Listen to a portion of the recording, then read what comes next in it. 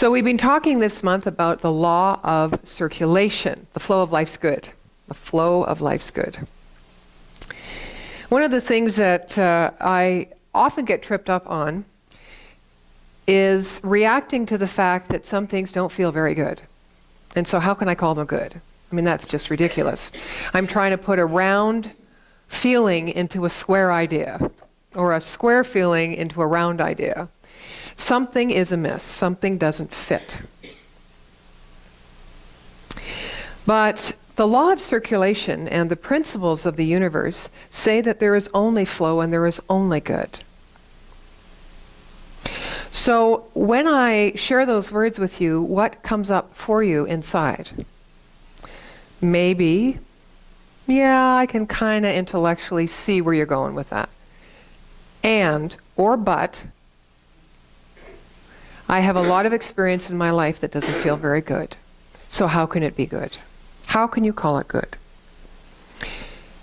Well, if God is all there is, we go back to square one here. If intelligence is all there is, and it's infinite and creative and whole, and its quality is wholeness, and unity, and self-existence, it needs nothing from us because we are its creation. We are it in form. We are not separate. We are it in form. Then all it is that is expressing as all that we can see and identify with our senses is relevant and one with the mind of God, one with that which created it.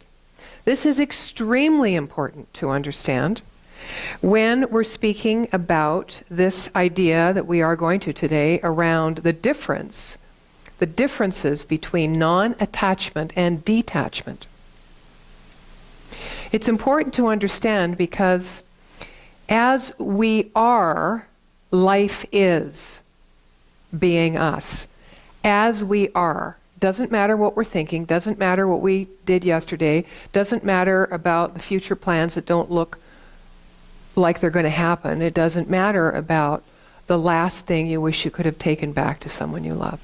Doesn't matter. None of that matters in the mind of God because it's all there. So if that stuff is there, then the potential for it to be different as determined by your own desire and thought process is also there. It's all there. So where's the rub? As co-creators of our own life, we're always observing where we step across the boundaries, where we don't come up close enough to the boundaries, where we want to be on the tipping point or on the edge. We want to take the leap of faith, and where we shy back and withdraw. We're always looking at how we bring ourselves forward and how we pull ourselves back. Now, we can call those boundaries, boundary issues. We can also call them just learning to trust the natural balance and harmony in the universe, because the universe works in divine order all the time. Divine order meaning that it moves from the invisible realm into the visible realm. There is a system, a universal system that makes it so. Science can prove that. We can prove that by taking these principles and practically applying them in our lives. Now, what we think about this system, and if we use it, or how, more importantly, we use it, will determine the result we get. So maybe it's not boundaries. Maybe it's just about finding our own balance. I like the word harmony better than balance, because balance indicates there are two things going on, which there isn't. There's one thing. So we need to find this one thing within us, and how does that feel? How does that look? Well, it feels like we're integrated, that we're calm, we're centered. Or maybe it feels like we're able to express our anger, or maybe it feels like we have a deepening awareness of our compassion and ability to show it. It might feel like many things. That is part of the human journey. To have this whole spectrum of emotions and feelings and senses available to us. It's been my experience that I choose a few of those and kind of stick to those. Because they're safer, or they don't hurt as much, or I won't get in trouble. That's a big one for me. I'm a good girl, you know. How many good girls and boys do we have in this room? A few, yes. Not necessarily tied in with going to church or being on the spiritual path. Yes. Totally lost where I was on that one. I flew out over the lectern, yes. So, boundaries, balance, harmony. I'd like to stay with harmony. Now, one of the things that throws me off feeling harmonious with wherever I'm at, in the moment I'm at that, is when I think that I am unique or special. Now, indeed, and spiritually speaking, we're all unique, right? There's only one of a kind, but yet the commonality of our spiritual inheritance brings us into this kind of equanimity soup, if you would. But so we're unique, but unique, we often grab this uniqueness and think there's supposed to be something we're supposed to do with it. That's one for me. That's a huge one for me. Or that we're special. Now, specialness can either help us to fight our way into something or cause us to push ourselves away from something. So uniqueness and specialness have to be tenderly held and mindfully observed, I think. Because before you know it, you can be separated out of the whole, the circle of life. And you will lose the center or that feeling of inner harmony. How do we appreciate our diversity while leaning into our God or spiritual commonality? And this is the real basic foundational duality that we as human beings walk on the path. So today we're talking about the difference between detachment and non-attachment. In metaphysics, one of the things that we teach is do not be attached to the outcome of anything.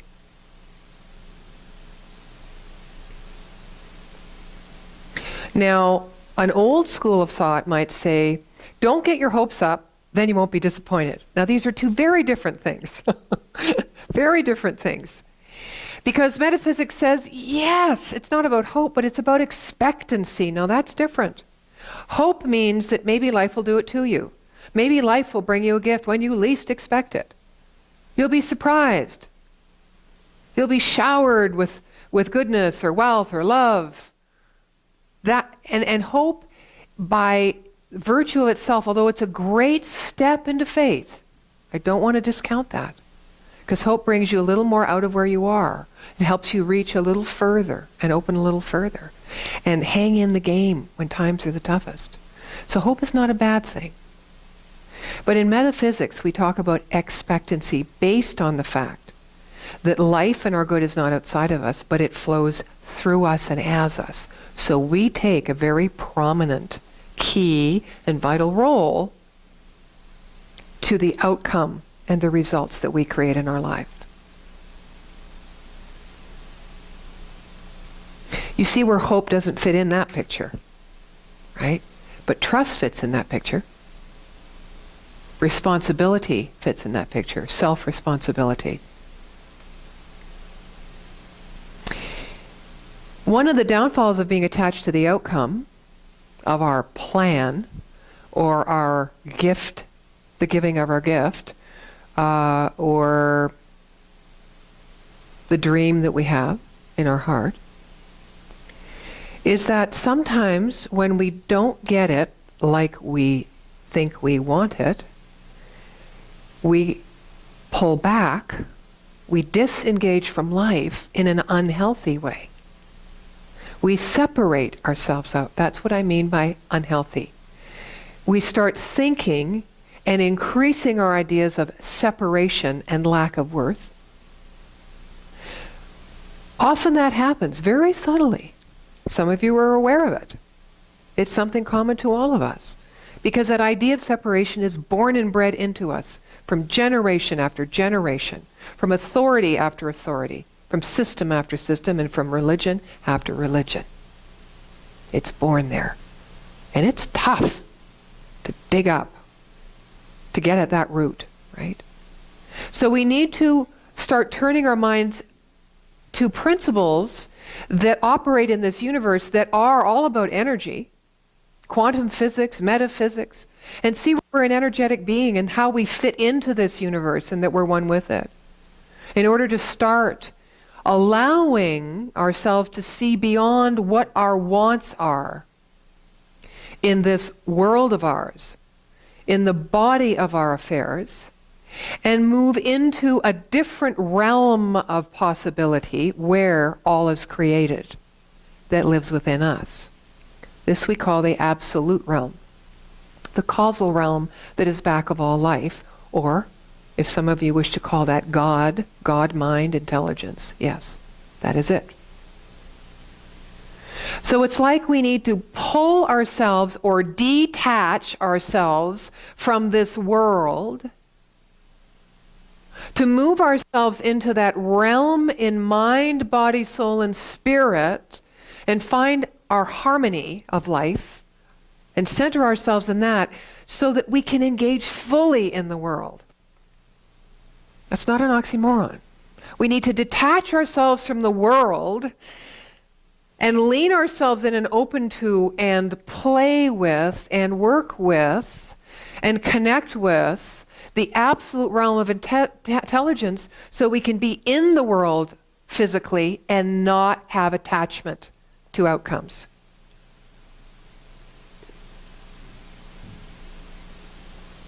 When we have attachment to outcomes, it means that our good is attached to that.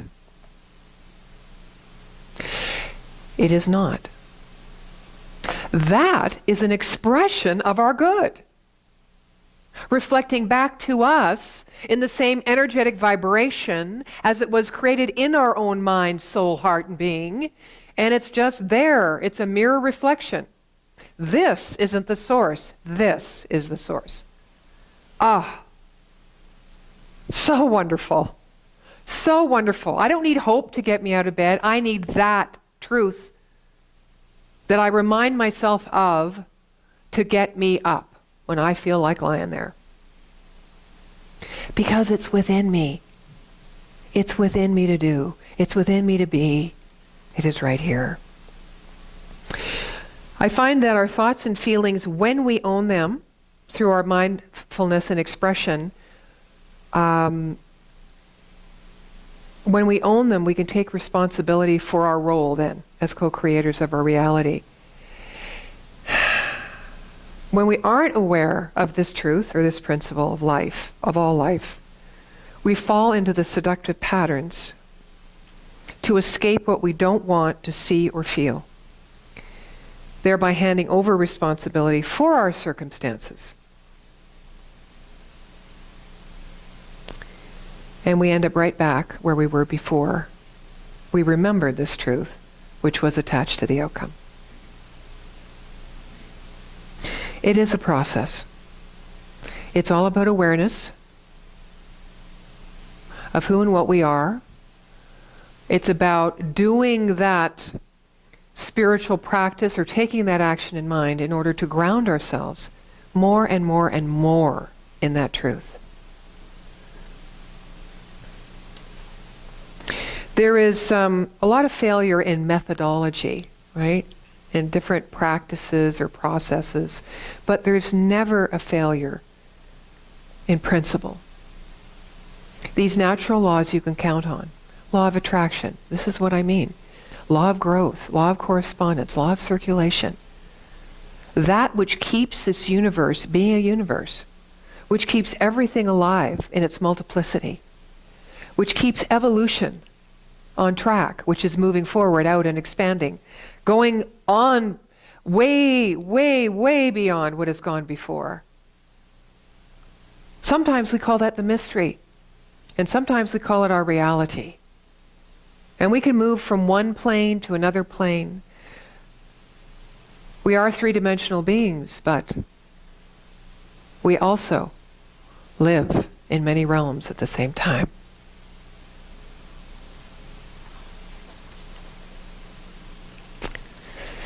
One of the things I know that when I get attached, one of the things I've been attached to in my life are people. Anyone? Yeah, people. Now, I don't just mean lovers or people that I want to love me. I mean people, and that's been true too. I mean people like teachers. Teachers, sages. You know that saying, when the student's ready, the teacher will appear. Well, that is not mutually exclusive from a lover either, is it? No. But one of the things I understand is that when I focus on the teacher, I'm focusing on the thing. And when I focus on the thing, I have expectations of how it's supposed to look, feel, and be. So therefore, I'm not detaching myself from my world of experience so that I can fully engage in it. And what does fully engage mean? It means completely and fully the source of my own good, expressing and sharing that gift with another. To me, that's what fully engaged in life means. What does it mean for you? Rather than reaping my good and moving from cheerful expectancy of the knowing of what is possible by means of me to that shallow grave of hope, of waiting, and of being reactive rather than being active. Right? We often try to fix things.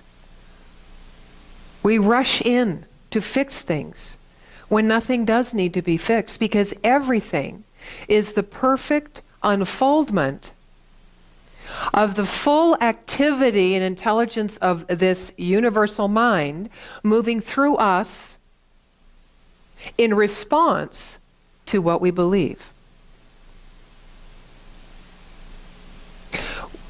What is it that we believe that makes us so dependent on the outcome? Just ask yourself that question. Because when you find the root cause, then you can work on changing that root cause. Fundamental religion often, and there's all kinds of belief systems and communities and organizations that focus, instead of having, or that focus the people on the authority.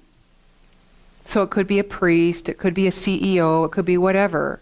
So that people work for that authority to get their goodies, to get their blessing from God.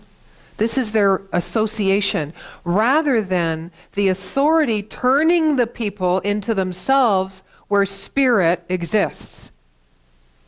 This is the point of teaching metaphysics, I think, and certainly why this has been the longest career I've ever had. Because I love this. I love this. And this truth isn't the only way. There's many ways that we can walk on this path of universal truth. But principle is principle. It does not change. These natural laws do not change.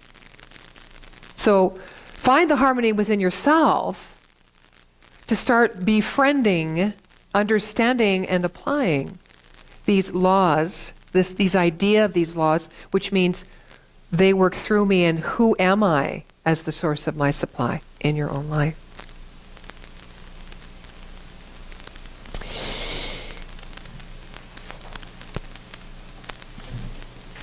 Here's a story. The story's called Recognition. It's by Anthony DeMello.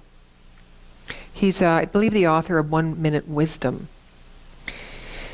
He says, as the master grew old and infirm, the disciples begged him not to die.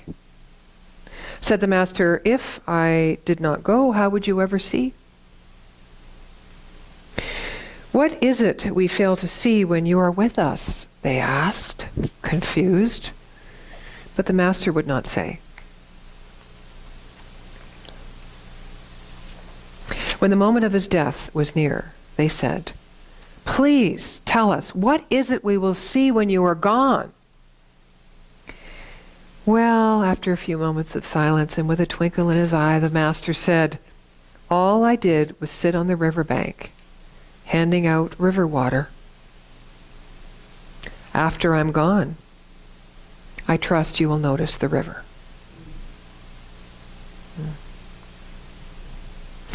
You see, we are the river. And we have a natural order of flow in order to express ourselves fully. We disrupt this flow by being attached to the outcome of the flow, rather than by applying the principle of cause and effect, which means mental cause each equals physical expression. When we understand and embrace the idea that the principle of cause and effect is sourced within us, and everything in our world we see is an energetic corresponding reflection of that which we put out,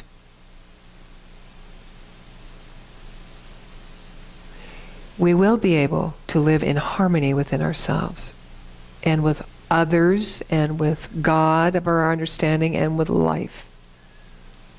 It makes the moments more palatable, it makes them sweeter, and it makes them so full of potential.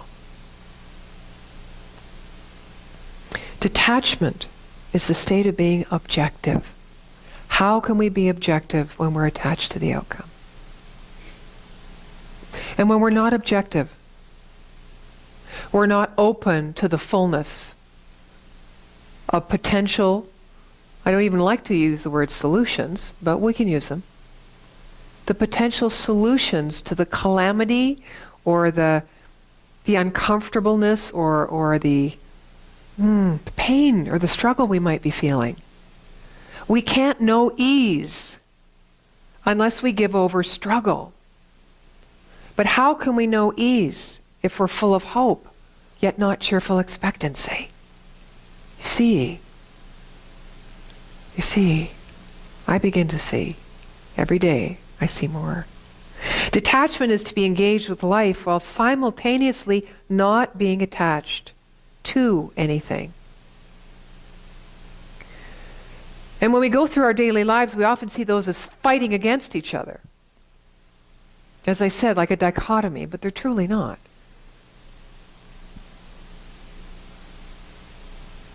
It is a spiritual movement of balance between engagement and non-dependence or possession that we have within us to attain, which will certainly bring us this kind of peace of mind and joy, and have us energetically be the kind of individuals we need to be in order to attract that which we wish to experience.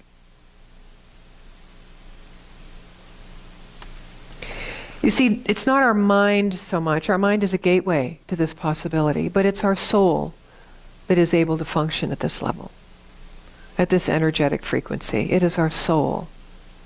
Because our soul is neutral. The soul of us, the fullness of us, when we are fully present with who we are and operating and firing on all cylinders and are not attached, we open to this greater realm. It's like universal subjective law. We think into it, it says yes, it responds in accordance to the energy of our thoughts by bringing the energy back to us in the form in which we can experience. We have that same law operating in our own being. Our law is in our subconscious mind.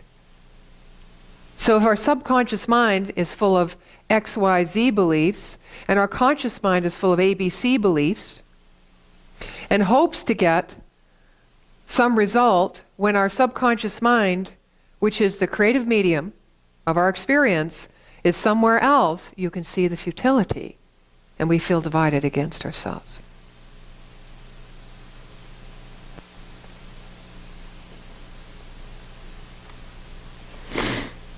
I want to share a story with you to conclude.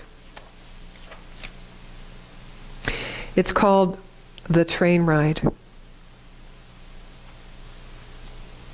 Oh, but just before I do, I want to just share one more thing here. I realize and I want to honor the fact that, this idea of detachment lies in the wisdom of uncertainty. I understand that. And we ask a lot of ourselves to move into that mystery. But certainly it is within our capacity to flourish and bloom in the mystery. Probably even more so than in our present reality. Deepak Chopra says, in the wisdom of uncertainty lies the freedom from our past, from the known, which is the prison of past conditioning. And in our willingness to step into the unknown, the field of all possibility, we surrender ourselves to the creative mind that orchestrates the dance of the universe. And these are some ideas and suggestions that he has put forward as to a means of how to put the law of detachment into effect. He suggests you make these commitments, or consider these commitments. I will commit myself to detachment. I will allow myself and those around me the freedom to be as they are. I will not rigidly impose my idea of how things should be. I will not force solutions on problems, thereby creating new problems. I will participate in everything with detached involvement. I say to myself with a neutrality toward the situation. Number 2, today I will factor in uncertainty as an essential ingredient of my experience. In my willingness to accept uncertainty, solutions will spontaneously emerge out of the problem, out of the confusion, out of the order and the chaos. The more uncertain things seem to be, the more secure I will feel, because uncertainty is my path to freedom. Through the wisdom of uncertainty, I will find my security. Again, two things that we often hold as opposites. Number 3, and the final one is, I will step into the field of all possibilities and anticipate the excitement that can occur when I remain open to an infinity of choices.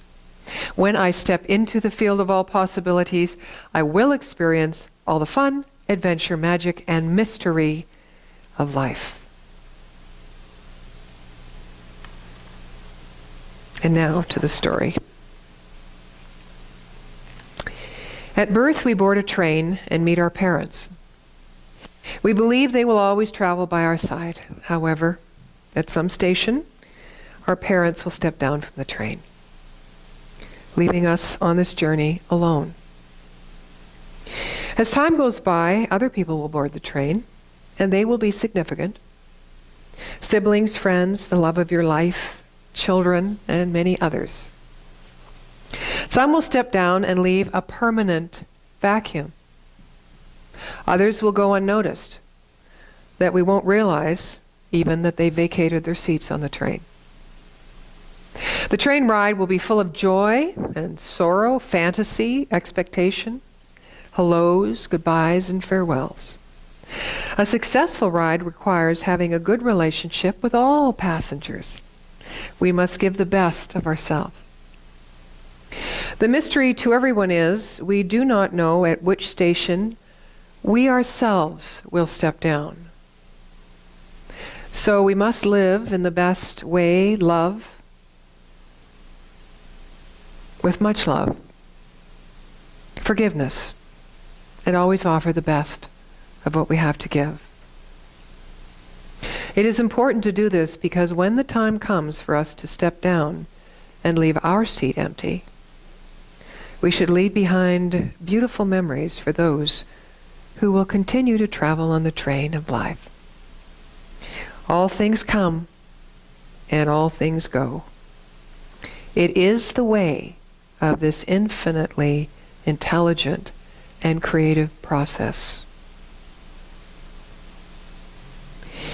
So be with that first, the principle of life, these truths of which we teach and speak. Be with that first, in and as you, and then engage yourself fully in the dance of life. And so it is. Thank you.